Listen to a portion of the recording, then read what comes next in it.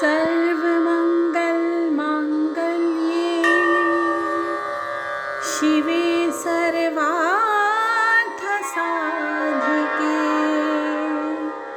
शरण्ये त्र्यम्बके गौरी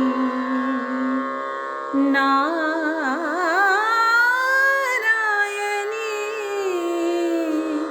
नमोस्तुते। जय माँ इंद्राक्षी, जय अम्बे। इंद्राक्षी धाम में सभी साधकों का हम हार्दिक स्वागत करते हैं। आज सप्तमी तिथि का नवरात्र है। भगवती कालरात्रि का इस नवरात्र में विशेष पूजन किया जाता है।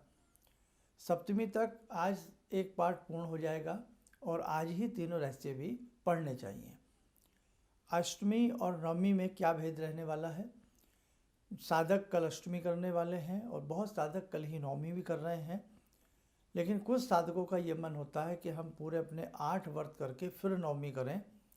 तो क्या यदि 27 तारीख को वो नवमी करते हैं, क्या उनके लिए 27 तारीख में 27 मार्च में नवमी करना शुभ और शुद्ध रहेगा? सारी जानकारी इस अंक में। आइए पहले आज का हम पंचांग देखें। 25 मार्च सन 2026 दिन बुधवार, संवत 2083, चैत्र मास, शुक्ल पक्ष, तिथि सप्तमी, नक्षत्र मृगशिरा, राहु काल 12 से 1:30, दिशा शूल उत्तर पूर्व दिशा। तो आइए सबसे पहले तो आज का हम भोग पाठ सारी चीज़ें जान लेते हैं, फिर आगे की चर्चा करते हैं। सप्तम नवरात्र में भगवती कालरात्रि का पूजन किया जाता है और जैसे कि बुधवार है उसमें मक्खन का भोग देवी को लगाया जाता है। यदि सप्तमी तिथि की बात करें तो गुड़ का भोग लगता है। तो जो भी आपके पास हो उसमें से कोई एक भोग लगावें। पाठ की जहाँ तक बात है, आज 12वां और 13वां अध्याय होगा और आज ही तीनों रहस्यों का पाठ भी होगा। प्रधानिक रहस्यम, वैकृतिम रहस्यम और मूर्ति रहस्यम। ये ध्यान रखना। पहले दिन नहीं बहुत लोगों ने पढ़े हैं, क्योंकि ये जब एक पाठ होता है तो एक पाठ के बाद ही इनको किया जाता है। तो आज तीनों रहस्य पूरे करके भगवती से क्षमा प्रार्थना आदि करके आज आपका एक पाठ पूरा हो गया। अब कल की स्थिति है। अब जो लोग नवमी कर रहे हैं और नवमी वो परसों कर रहे हैं, तो उस स्थिति में कल अष्टमी में वो लोग क्या करें? कल की अष्टमी में वो लोग नवारण मंत्र पढ़ लें, 11 माला गायत्री मंत्र पढ़ लें, सिद्ध कुंजी का स्तोत्र पढ़ लें और बाकी फिर अपना पाठ जो भी आप अपना दैनिक पूजन करते हो वो कर लो। और दूसरी बात क्या है कि जो अष्टमी, कल अष्टमी तो है ही, तो कल जो अष्टमी कर रहे हैं तो अष्टमी में सुबह का वो पूजन नवारण मंत्र कर लें और नवारण मंत्र के साथ साथ सिद्ध कुंजी का आदि करके अपना आरती करके कन्या पूजन वगैरह वो आराम से कर लें। दूसरी बात, कल का भोग पाठ क्या रहेगा वो भी आप जान लें। 8वां कल का नवरात्रा है। इसमें महागौरी देवी का ध्यान करके किया जाता है और जो अष्टमी नवमी इकट्ठा करना चाहते हैं तो वो सिद्धिदात्री का भी ध्यान उसमें करें। वीरवार का दिन है, देसी खांड का भोग लगता है। अष्टमी नवमी के हिसाब से देखें तो अष्टमी के हिसाब से नारियल और नवमी के हिसाब से देखें तो खील धान का लवे का भोग लगाया जाता है। और यदि हम परसों नवमी कर रहे हैं तो परसों के हिसाब से धान का लवा जो इसमें लगाया जाता है। अब देखो, यहाँ पर एक दुविधा बहुत लोगों को हो सकती है, बहुत साधकों को हो सकती है। अब नक्षत्र की बात करें, पुनर्वसु नक्षत्र है, भगवान श्री राम की यहाँ पर बात याद आती है। उस हिसाब से भी बहुत लोग नवमी मनाते हैं, बहुत अच्छे से मनाते हैं, प्रेम से मनाते हैं। तो कल अष्टमी है। अष्टमी कल कितने बजे तक है? 11:50 के आसपास तक कल प्रातःकाल अष्टमी है। फिर नवमी लग जाएगी। और परसों जो 27 तारीख को है वो नवमी कितने बजे तक है? वो 10:48, कहीं 50, कहीं 47 सूर्योदय का हिसाब होता है। यानी कि 10:30 आप लास्ट मान के चलें कि परसों जो है 10:30 बजे तक नवमी है।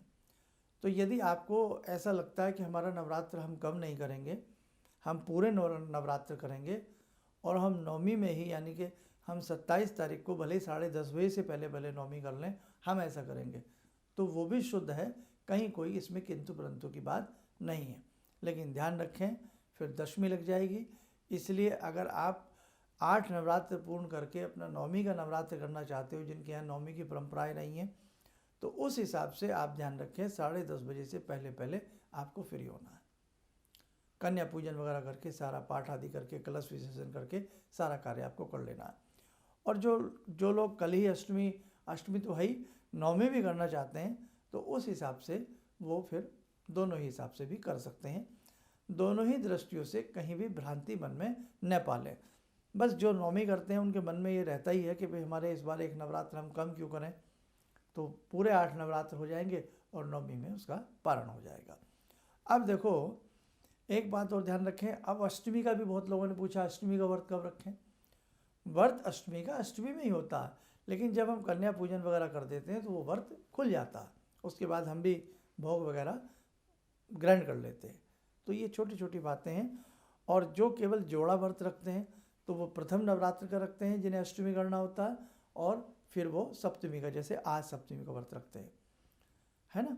तो और दूसरी बात, जो नवमी करते हैं तो वो लोग क्या करते हैं, पहला नवरात्र रखते हैं और फिर वो अष्टमी का रखते हैं और नवमी को वो व्रत का पारण कर लेते हैं। तो ये अपना अपना तरीका होता है। अब ध्यान रखें, कल सुबह अष्टमी में जब हम कन्या पूजन आदि करें तो जो कलश का जल रखा है, तो जब कन्याएं वगैरह आवें उनको बहुत अच्छे से आदर सत्कार के साथ उत्तराभिमुख पूर्वाभिमुख होकर के बिठावें, प्रणाम करें, उनको चरणों को प्रणाम करें, मस्तक पर तिलक चंदन चावल आदि उनको अर्पण करके, और फिर सुगंधित द्रव्यों के साथ जो भी हमने पदार्थ बनाए हैं पहले जगत जननी भगवती को अर्पण किए जाते हैं। फिर वो जो नारियल रखा है उस नारियल के छोटे छोटे पीसेस कर लें, या अलग से नारियल, अष्टमी में भगवती को नारियल का भोग लगता है, छोटे छोटे नारियल के पीसेस कर लें। वो भोग में कन्याओं को अष्टमी के दिन ज़रूर देने चाहिए। और हमने पहले भी बताया था, चॉकलेट बिस्किट इस प्रकार की चीज़ें भोग के समय ना दें, बाद में आप उनको अपनी तरफ से कुछ भी जो देना चाहें वो दे सकते हैं। इसके लिए हमने एक छोटा सा अंक बनाया है कि कन्या पूजन करते समय विशेष सावधानी रखें, कन्याओं को कैसा भोग्य देना चाहिए। वो पूरा एपिसोड आप हमारा छोटा सा है, उसको ध्यान से सुन लेना और समझ लेना। जिस कढ़ाई में भगवती के निमित्त हलवा बनता है उस पर भी तिलक किया जाता है, हल्का सा धागा उसके दाहिनी तरफ पकड़ने वाले स्थान पर बांध दिया जाता है, और पहले भगवती को हलवे पूड़ी का भोग लगता है।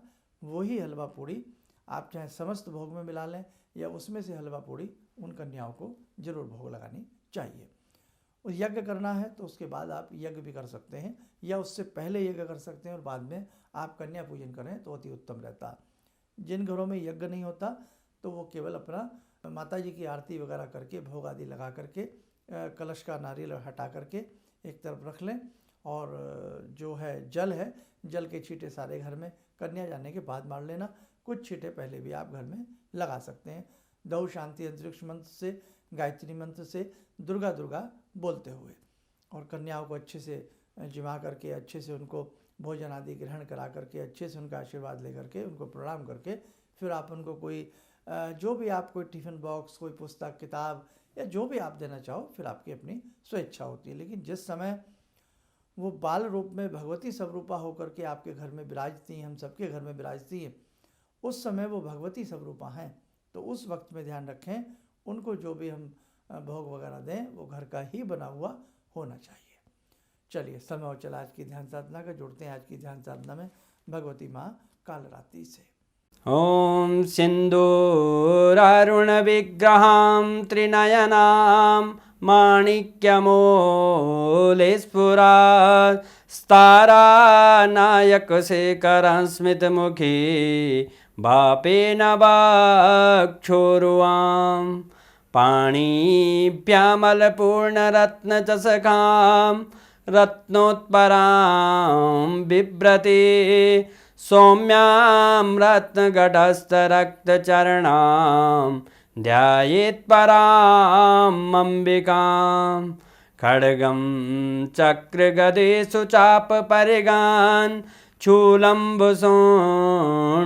शिरा शङ्खं संदधतीं करे स्त्रीनयनां सर्वाङ्गभूषावृताम् नीलासमद्युतिमास्य पाददशकां सेवे महाकालिकां यामास्तो स्वपितैहरो कमलजो हन्तुं मधुं कैटवं विद्युद्दामसमप्रभां मृगपते स्कन्दस्थितां भीषणां कन्या विहकरवालखेटविलसा धस्ताविरासेवितां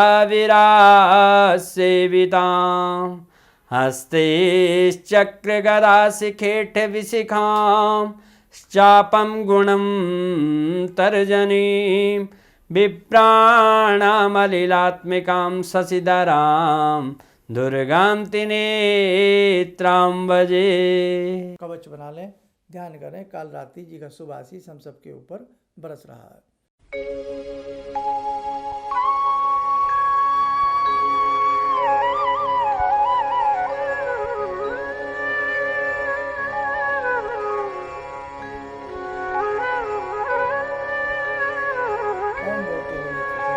सामान्य हो जाए। देखो साधकों, 5 अप्रैल का एक बहुत बड़ा आयोजन है। इस आयोजन में जगत जननी जगदम्बा के 1008 नामों से उनका पूजन अर्चन होने वाला है। जब सामूहिक रूप में एक बड़ी संख्या में साधक लोग भगवती जगत जननी का गुणगान करते हैं तो नाना भांति से भगवती से शुभाशीष प्राप्त होता है। हमारे बिगड़े हुए कार्य बनते हैं, मनोकामनाएं पूर्ण होती हैं। और ये जो इस बार का विशेष पूजन है, ये प्रारब्ध के कष्टों के निवारण के लिए है, प्रारब्ध के दोषों के निवारण के लिए। जन्म जन्मांतर में प्रारब्ध में न जाने हमने कैसे कर्म किए हों, उन सभी कर्मों, बुरे पापों से बचाने के लिए, उन कष्टों के निवारणार्थ हेतु ये एक विशेष प्रकार का आयोजन है। जो भी 5 अप्रैल के इस विशेष अनुष्ठान में भाग लेना चाहता हो, या कितने साधक आप लोग आ रहे हैं, हमारे संस्थान में नाम नंबर रजिस्टर करा सकते हैं। ये जो विशेष प्रकार का अनुष्ठान है, ये सभी के लिए निःशुल्क है। बस प्रेम भाव से आप आइएगा। और अभी 22 तारीख का जो आयोजन रहा, भक्तों के संग बहुत अच्छी चर्चा रही, पूजा को लेकर के, भक्ति को लेकर के, पाठ को लेकर के। और अब ऐसे ही बहुत लोगों की इच्छा है कि हम कोई साधना से संबंधित अपना सवाल पूछें, तो उसके लिए हम आपको 5 अप्रैल की बात करते हैं। 5 अप्रैल के शिविर में बहुत लोगों की इच्छा है कि हम दीक्षा भी लें, तो जो दीक्षा लेना चाहते हो वो वहीं पर आकर के नोट डाउन करा देना।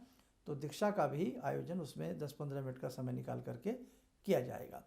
और जितने भी नए साधक हमारा कार्यक्रम देखते हैं, एक बार इंद्राक्षी धाम जरूर आइएगा, ताकि आकर के जगत जननी के आपको दर्शन हो और जीवन में जो भी आपके कार्य रुके हुए हैं, अधूरे हैं। और वैसे भी भगवती इंद्राक्षी एक ऐसा स्वरूप है देवी माँ का कि जो भी इनके चरणों में बैठ कर के अपनी गुहार लगाता है, हाजिरी लगाता है, इनका पूजन अर्चन करता है, उसके शारीरिक कष्ट भी दूर होते हैं, मानसिक कष्ट भी दूर होते हैं, उस साधक के आर्थिक कष्ट भी दूर होते हैं। तो 5 अप्रैल के इस विशेष आयोजन में आना न भूलें। चलिएगा, आप सब लोग स्वस्थ रहें, सुखी रहें।